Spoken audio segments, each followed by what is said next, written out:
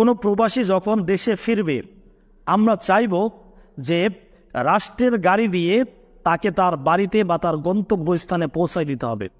এটাই হচ্ছে প্রবাসীদের জন্য আমাদের সম্মান। কারণ এই প্রবাসী কোটি কোটি রেমিটেন্স আমাদেরকে দিয়েছে। আমরা মাত্র রাষ্ট্রের পক্ষ থেকে 5,000 7,000 টাকা গাড়ি ভাড়া লাগে, এমন একটা গাড়ি তাদেরকে সম্পূর্ণ ফ্রি করে দিতে পারি না। হুজুর অনেক সুন্দর একটা কথা বলেছেন, আপনার কথাকে আমি স্যালুট জানাই, কিন্তু আপনার কথাটা ফিরিয়ে নিন। আমি আপনাকে একটা কথা বলতে চাই, আমাদের বাংলাদেশের এয়ারপোর্টে যে প্রবাসীদের ল্যাগেজগুলো কাটা হয়, এই ল্যাগেজগুলো কাটার জন্য কিন্তু বস্তির থেকে কোনো পোলাপান আসে না, বাইরের কোনো লোক আসে না।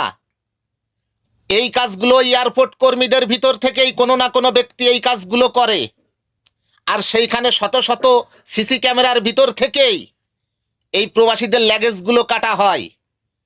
আর আপনি আমাদের বলছেন যে রাষ্ট্রীয় সম্মান দিতে, 7,000 8,000 10,000 টাকার একটা গাড়ি দিয়ে আমাদের রাষ্ট্রীয় সম্মান দিয়ে আমাদের গন্তব্যস্থানে পৌঁছই দেবে।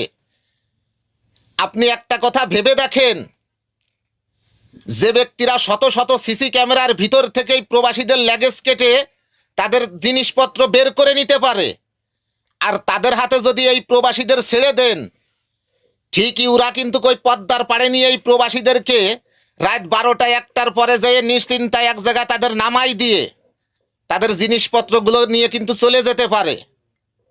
এই জন্য আমাদের ওই রকম রাষ্ট্রীয় সম্মান চাই না। আমরা প্রবাসীরা যে কোনো দেশ থেকেই যখন আমরা দেশে যাই, 1 লাখ 1.5 লাখ টাকা আমাদের কিন্তু বিমান ভাড়া দেওয়া লাগে। এই টাকাটা কিন্তু এই প্রবাসীরাই দেয়। আর বাংলাদেশে যখন আমরা এয়ারপোর্টে পৌঁছাবো, 10,000 12,000 15,000 20,000 টাকার একটা গাড়ি, ঠিকই আমরা সেইটা নিয়ে আমরা এয়ারপোর্ট থেকে আমাদের গন্তব্যস্থানে পৌঁছতে পারবো। আপনি কথাটা বলেছেন, আপনাকে স্যালুট জানাই, কিন্তু আপনার কথাটা ফিরিয়ে নিন। আমরা এই রকম রাষ্ট্রীয় সম্মান চাই না।